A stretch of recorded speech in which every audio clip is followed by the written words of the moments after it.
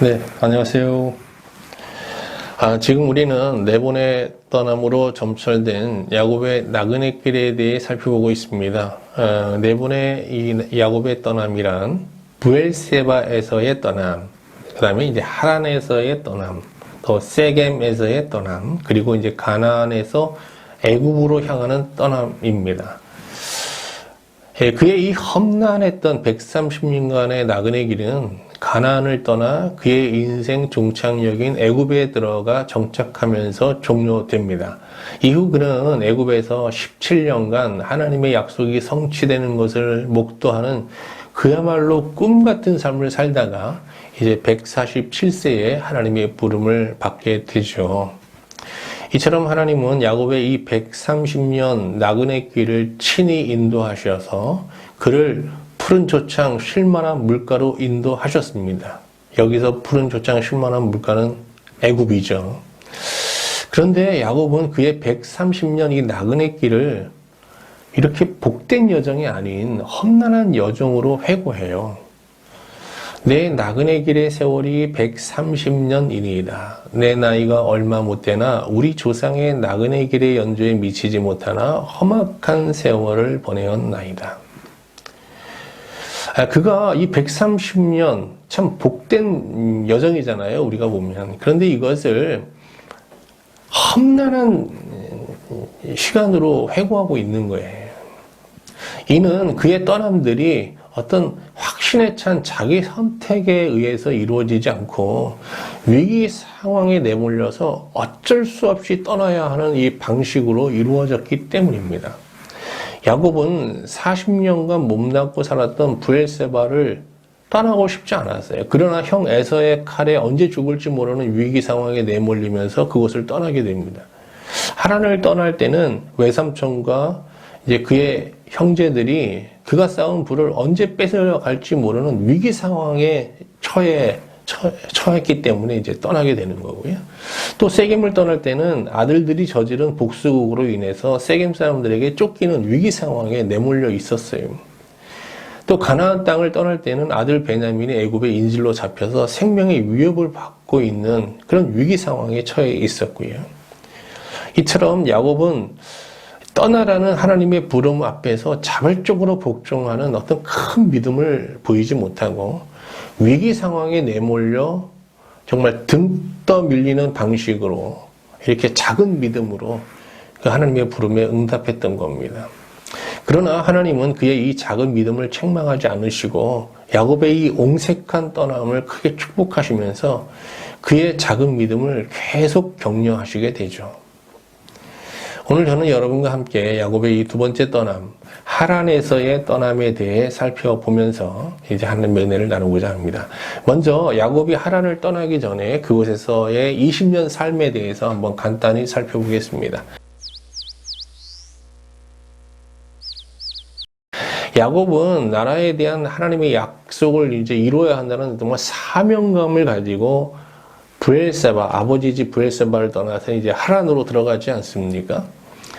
그러나 하란에 도착한 야곱은 라헬의 미모에 이제 매료되어서 사랑에 빠지게 됩니다.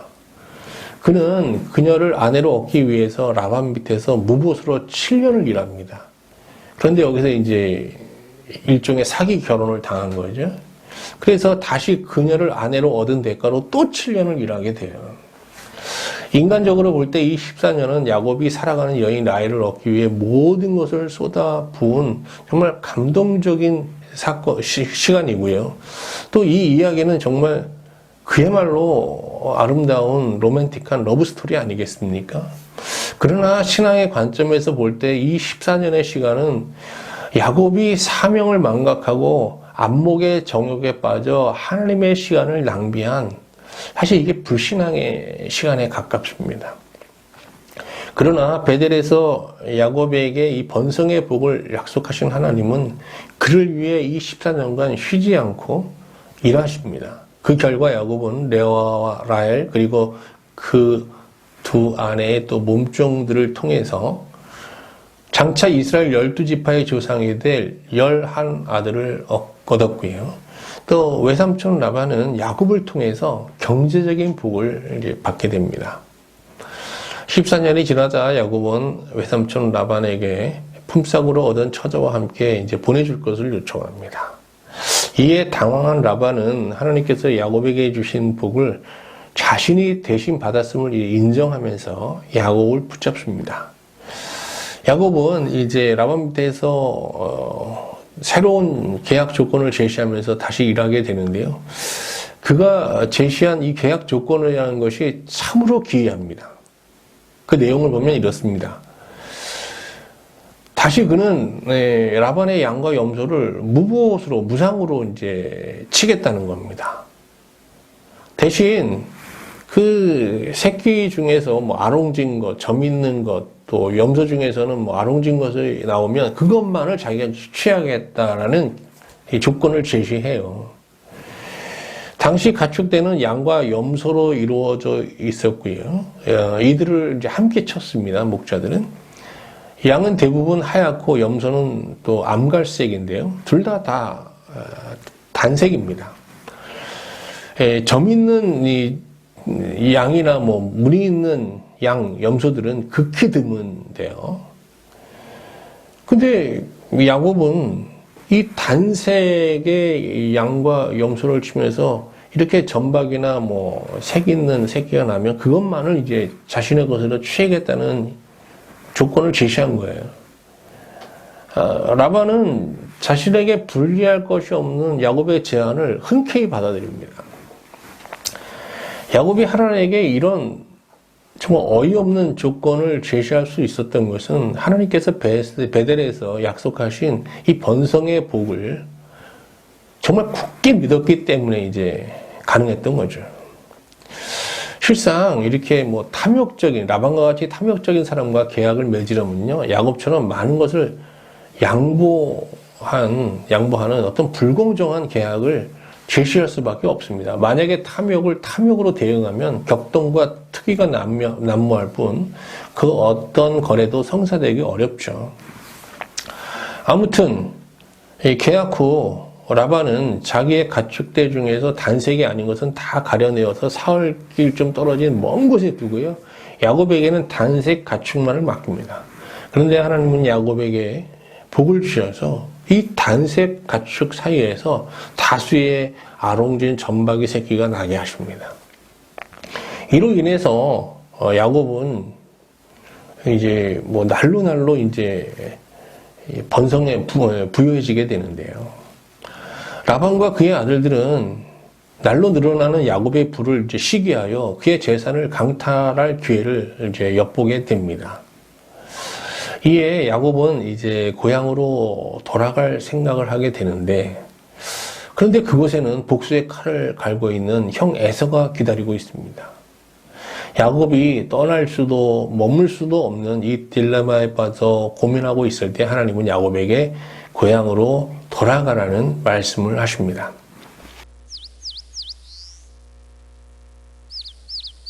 하나님의 말씀을 듣고 용기를 얻은 야곱은 야반도주를 결심하게 되죠. 이에 야곱은 아내들과 자식들을 낙타에 태우고 그가 모은 모든 소유물들을 이끌고 이제 하란을 떠나 이제 가나안 땅을 향하게 됩니다. 그런데 라헬은 하란을 떠나면서 아버지 집의 수호신 이 드라빔을 훔치는 정말 큰 범죄를 저지르게 됩니다. 드라빔은 인간의 형상을 갖춘 가족 수호신이에요. 이것을 훔친다는 것은 정말 이 가족 간의 어떤 뭐 불화가 아니라 거의 전쟁을 일으킬 수 있는 굉장히 큰 범죄거든요. 여기서 우리는 라헬이 하나님과 더불어 이 우상을 섬기는 정말 이렇게 불신앙에 빠져 있음을 발견하게 됩니다. 라반은 야곱이 떠난 사실을 3일 후에 알고 이제 뒤쫓게 되는데요. 7일 길을 쫓아서 야곱을 붙잡습니다. 그리고 야곱의 짐을 이제 수색하여 수호신을 찾는데 결국 이 수호신을 찾지 못해요. 이에 야곱이 분개하면서 지난 20년간 자신이 받았던 부당한 대우에 대해서 이제 크게 항변하게 됩니다. 그러자 라반은 자신의 잘못을 인정하면서 야곱에게 용서를 구해요. 그리고 두 사람은 극적으로 여기서 화해하고 잔치를 베푸면서 평화 조약을 체결하고 헤어집니다. 야곱은 마침내 이제 가나안 땅으로 들어가는 관문인 세일 땅 에돔에 이르게 됩니다. 근데 이 에돔에는요, 형 에서가 이제 족장으로 거주하고 있는 지역입니다. 이에 야곱은 20년 전 형 에서를 속인 죄를 용서받기 위해서 종을 보내요. 사신으로 보낸 거죠. 종들은 에서가 400명의 군사를 이끌고 야곱을 향해 오고 있다는 참 불길한 소식을 가지고 돌아옵니다. 이 야곱은 자기 소유 중에서 예물을 택하여 여러 때로 나누어서 계속 에서에게 보내죠. 이는 다양한 예물을 통해서 에서의 분노를 좀 단계적으로 가라앉히려는 이 야곱의 전략입니다. 일행은 이동 중 이제 야복강 나루에 이르게 됩니다. 야곱은 한밤중 모든 가족과 소유를 다 강 건너편으로 보낸 후 홀로 야복 나루에 머뭅니다. 사실은 이게 이 두려움으로 인하여 그 강을 못 건너는 거죠. 그것에서 그는 날이 새도록 어떤 사람과 씨름하게 됩니다. 그러나 야곱은 자기를 축복하지 않으면 그 사람을 보내주지 않겠다고 이제 하면서 결국은 그 사람으로부터 이제 승리를 얻게 돼요. 그 사람은 야곱을 이스라엘이라고 부릅니다. 이스라엘이라는 것은 엘은 이제 하나님이죠. 네가 나를 이겼다 이런 뜻입니다. 그는 이 영적 싸움으로 인해서 다리를 절게 되지만 희망의 태양을 바라보게 됩니다. 이는 그가 치열한 영적 싸움에 승리함으로 형 에서에 대한 두려움을 극복하고 그를 대면할 용기를 얻게 되었음을 뜻합니다. 야곱은 에서가 이제 400명의 장정을 거느리고 자기 앞으로 오는 것을 목격하죠. 이에 야곱은 일행들의 배치를 바꿉니다. 여종들과 그들의 자식들을 맨 앞에, 레아와 그 자식들은 중간에, 그리고 라헬과 요셉은 맨 뒤에 두었습니다. 정말 이 야곱의 라헬에 대한 사랑은 대단하죠. 멈추지 않습니다. 변함이 없습니다. 이런 조치를 취한 후 야곱은 에서 앞에 몸을 7번 땅에 굽히면서 나아갑니다. 이는 봉신 군주 앞에서 책 잡힌 봉신이 용서를 구할 때 취하는 저자세입니다. 그런데 에서의 반응은 의외였습니다. 그는 과거 동생의 속임을 일체 언급하지 않고 야곱을 맞이하여 안고 목을 어긋 맞추었습니다. 그리고 두 사람은 한참을 울었습니다. 감격적인 상봉 후 야곱에 의한 이제 가족 소개가 이어지고요. 야곱은 그들이 다 에서의 소유라고 하면서 자신이 가진 모든 짐승떼를 에서에게 넘기려 합니다. 에서는 만류합니다. 나도 가진 것이 충분하다고 하면서 만류하는데 야곱은 강권하여 자기 소유의 대부분을 그에게 넘깁니다. 이로써 두 사람 간의 20년의 반목이 완전히 해소되게 되죠. 에서는 자신과 함께 거하기를 요구하지만 야곱은 이를 거절하고 세겜으로 향합니다. 오늘 저는 여러분과 함께 야곱이 하란을 떠나는 이 과정을 살펴보면서 스스로에게 두 가지 질문을 던지게 됩니다. 첫 번째 질문은 지금 나는 어떤 나그네 길을 가고 있는가라는 것입니다. 하나님께서는 복음을 통해 세상 나라에 속해 있는 자기 백성을 그의 나라로 부르십니다. 그러므로 복음을 믿는 신자는 불갑을 세상 나라를 떠나 하나님 나라를 향하는 나그네의 인생을 살게 되죠.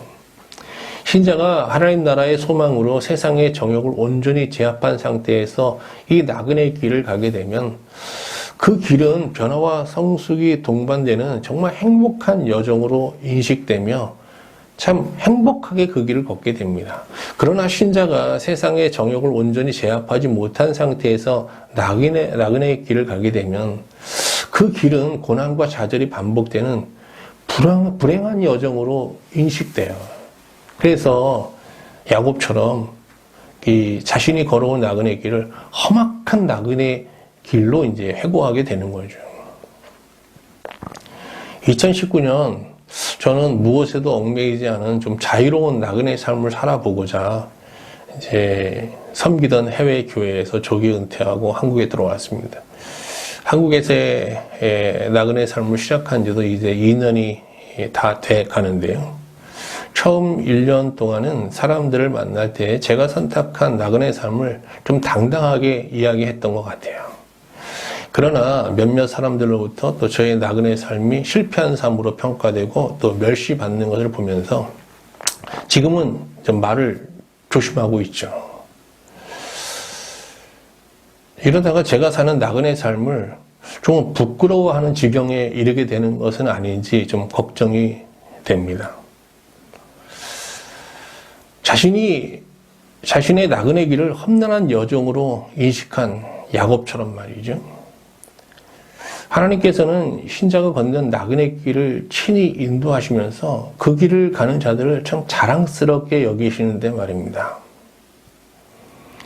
오늘 말씀을 보며 신자가 하나님 나라를 본향으로 여기며 이 세상에서 나그네 인생을 사는 것은 복된 길이나 세상을 사랑하는 정욕을 온전히 버리지 못한 상태에서 나그네 길을 걷는 것은 불행한 인생이 될 수 있음을 새삼 깨닫게 됩니다.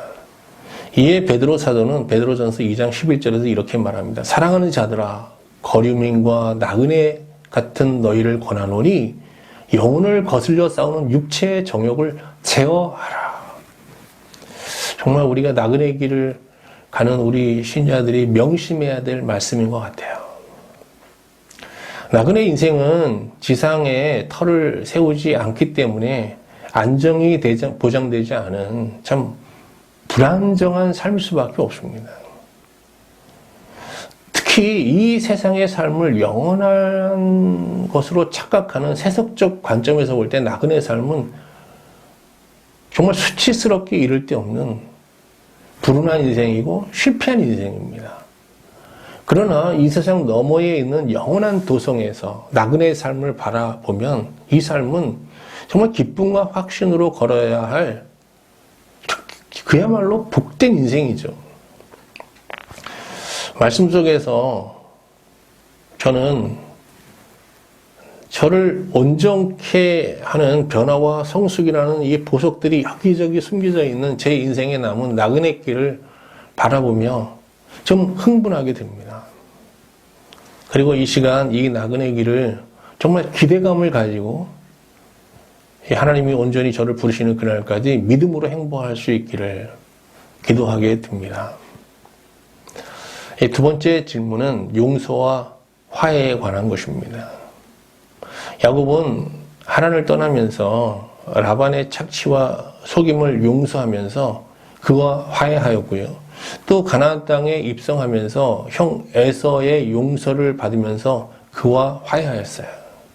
하나님은 야곱의 이 하란 20년 생활을 용서와 화해로 이렇게 마무리하셨고, 또 앞으로 시작할 가나안 70년 생활을 화해와 용서와 화해로 시작하게 하셨어요.